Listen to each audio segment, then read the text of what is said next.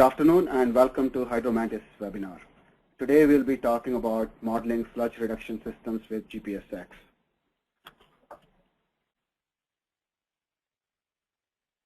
My name is Rajiv Goel and I have my colleague Spencer Snalling with me here, who will be giving you a little bit of information at the end of the webinar about the activities at Hydromantis. First of all, I'd like to just give you a very brief introduction about the sludge reduction systems and what are the main drivers. So some of the main drivers for sludge reduction systems are we want to minimize the production of sludge from the wastewater treatment plants. That minimizes the disposal cost, and at the same time, it helps us to reduce the sludge handling. Also, there are, depending on the system, sludge reduction system that is chosen, there are some potential side benefits. For example, if the sludge reduction systems are combined with anaerobic digestion, then there are chances of increasing the production of biogas. Also, sometimes, depending on the system, the dewaterability of the sludge increases, which helps in minimizing the volume of sludge to be disposed of. Also, there are some quality improvements with respect to deactivation of pathogens. This slide shows some of the approaches that are used for sludge reduction. For a typical wastewater treatment plant which has influent activated sludge system, a clarifier, a thickener, and aerobic digester, the approaches that can be used for minimization of sludge from production from the plant could be having some kind of a sludge treatment unit which disintegrates the sludge and makes it more amiable for biodegradation, putting that unit into the RAS line. That could be one alternative. And the second alternative could be having a sludge disintegration or sludge hydrolysis unit just before the anaerobic digester. There are systems in which you can also put the sludge disintegration systems into the digested sludge line and then return the disintegrated sludge back to the digester. So all these approaches are well documented in literature, and depending on what is the most feasible option, the nature of the system could change. Some of the sludge pretreatment methods that are commonly used are classified in this slide. The first method is the thermomechanical method, in which the most popular one nowadays is thermal hydrolysis. One of the process, that is a Combi process. Also, Veolia has Particulate process, that is a similar concept as thermal hydrolysis. Also, there are technologies which are based on sonication or focused pulse, one of the technology that comes from open cell. Also, there are some other technologies which are still under development and probably don't have any commercial applications right now. One is a ball milling, microwave application. They will fall into the categories of thermomechanical systems. Also, there are technologies which rely on the addition of chemicals. For example, one of the best known one is the ozonation, which is being commercialized by Praxair, also Clear Water in Japan. Also, you can add hydrogen peroxide or the alkaline addition or the acid treatment. So these are the chemicals which are used basically to enhance the disintegration of the sludge. There could be biological, there are methods as well, and the most classical one is the extended aeration. So most of if you extend the SRT in your aeration basin, you can enhance the oxidation of the biological sludge and reduce the sludge production from the system. Also, there are systems in which there could be some biological reactors which can be introduced into the side stream, which is the RAS line. And one of the processes that utilize that system is a cannibal process. Also, there could be physical methods in which you can use the selective removal of inert material. So again, cannibal process make use of physical separation to remove inert material, which also enhances the sludge production from the systems. The question now is, why do we need to model these systems? So when we talk about the sludge reduction systems, they are, of course, they enhance the sludge, they reduce the sludge production from the system, but at the same time, there could be some side effects of these treatments. First of all, depending on the technologies, there could be additional load of nutrients which might come back from the side streams. There could be additional energy which might increase aeration. For example, if you disintegrate into a RAS line and feed that disintegrated sludge into your aeration basin, then there might be increase in the aeration demand. Also, you might need some energy for the sludge disintegration itself. Also, we want to basically find out how much chemicals are needed or maximize the use of the chemicals in the plant. In addition to all of this, the sludge reduction systems could also affect the water quality. For example, normally the effluent COD and the salubility are reported to be affected by these treatments. So the most important aspect which we can understand from the model is basically how to manage the additional loads which might arise, nutrient loads which might come back into the liquid train, and also see what are the effects on the water qualities from these models.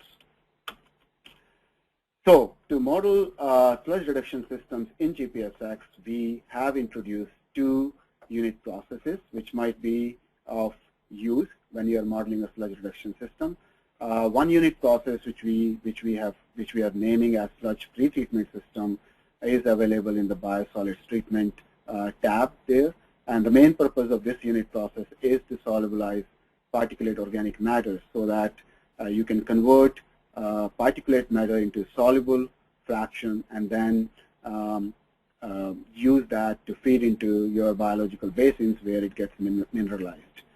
Another process which you have introduced is a dewatering process, and the new model that is available to you is a differential model.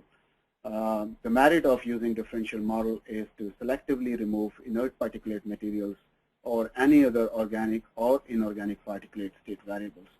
So using a differential model, you can actually selectively remove basically inert, which might be a reflection of the rubbish, which is for example, in a cannibal process, it is stated that some of the inert materials are selectively removed. So in that particular case, you can use the differential model in the dewatering object.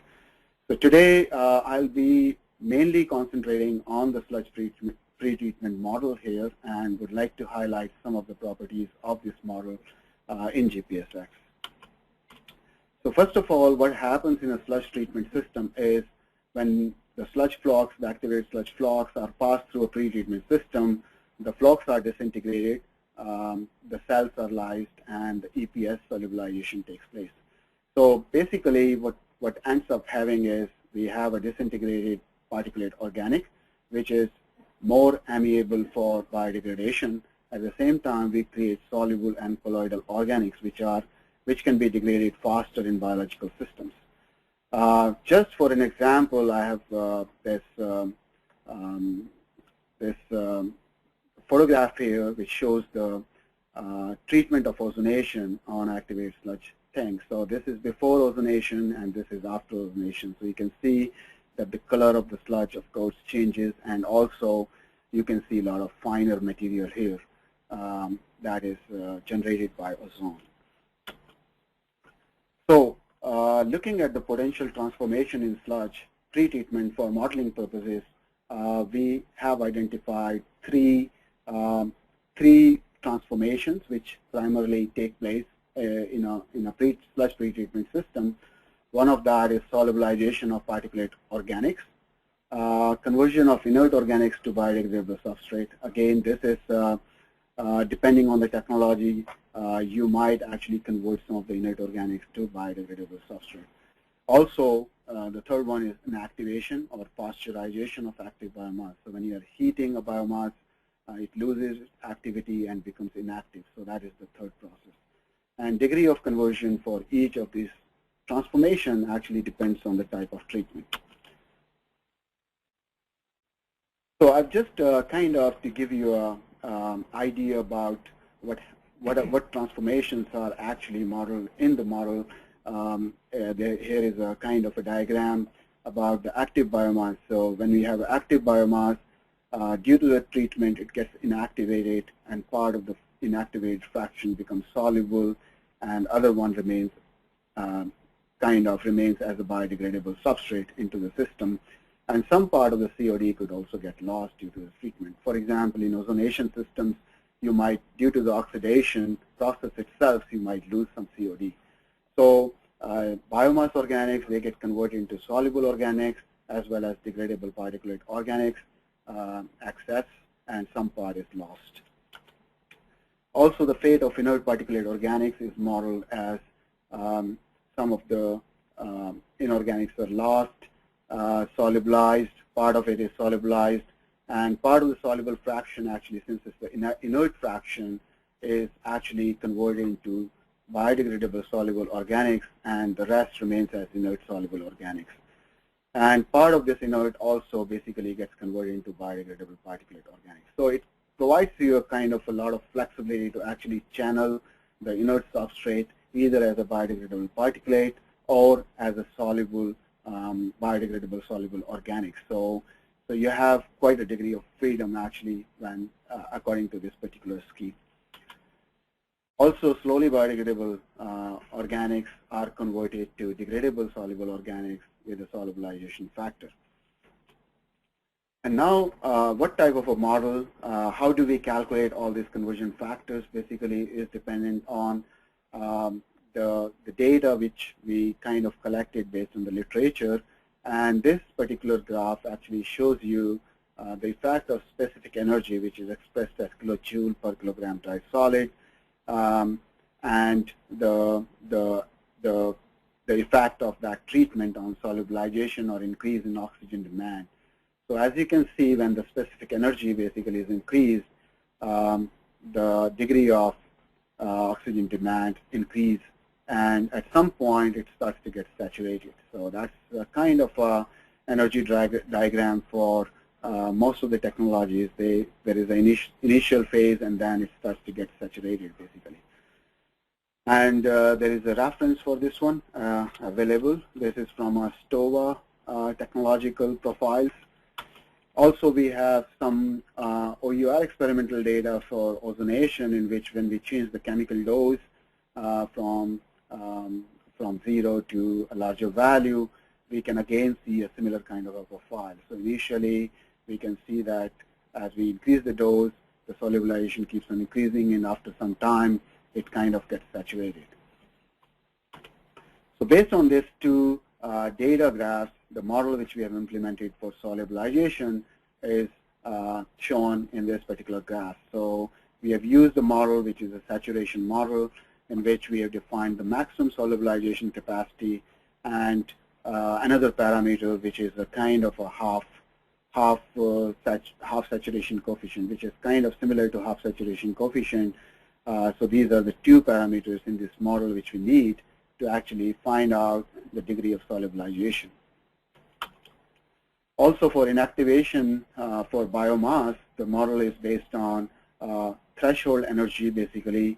So once we reach a kind of a threshold energy level, after that we assume that all the biomass is inactivated, and before this threshold energy, we use a linear model to estimate the amount of inactivation of biomass. So in the sludge disintegration process, the model parameters that we have are listed here.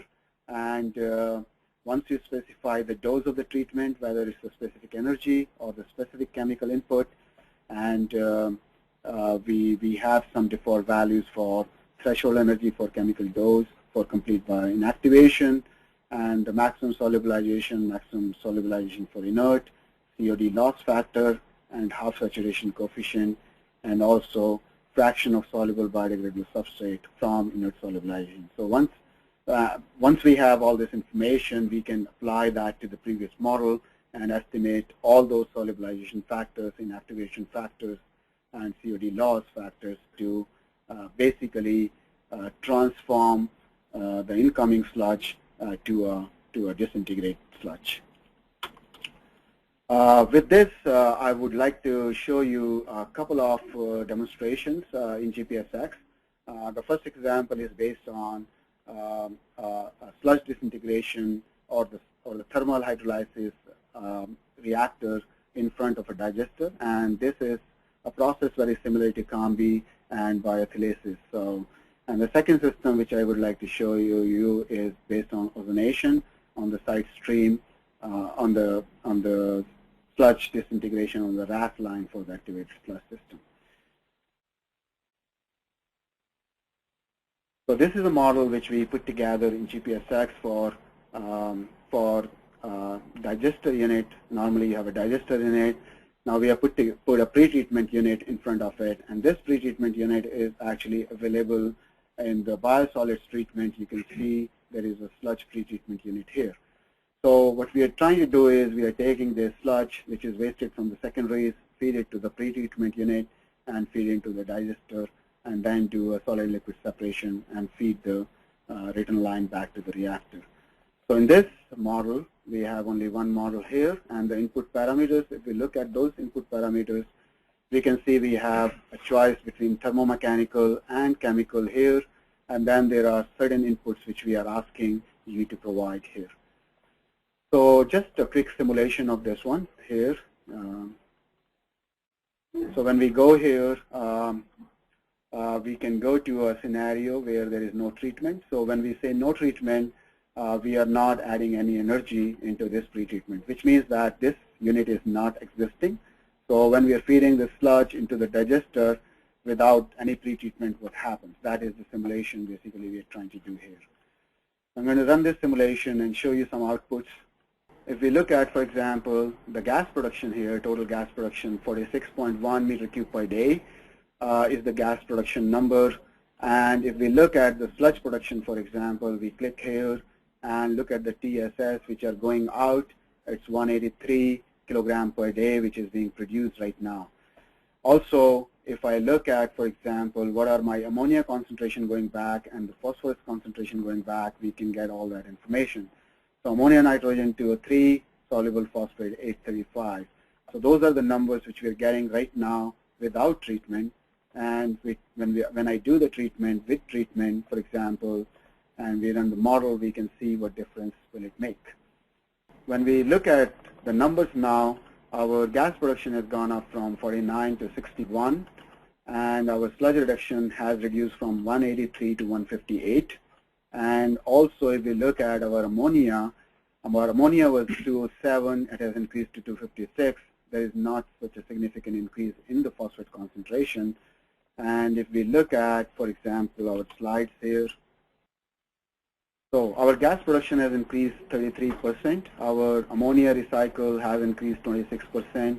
There is not much significant increase in the phosphate load, but our sludge production reduced by 14%. So just as a reminder, this is a very, this is an exercise just to illustrate the purpose of this system. It is not kind of an actual case study or anything. So these numbers are just indicative, and they are not really belonging to any case study. But the main point we want to highlight here is that you can actually do this kind of studies and calibrate your model basically and try to evaluate the effect of the pretreatment systems onto your whole system. Another exercise which I would like to show you is the case in which we have activated sludge reactors, secondary sludge, and the RAS line, we take part of the RAS line and feed it to the pretreatment.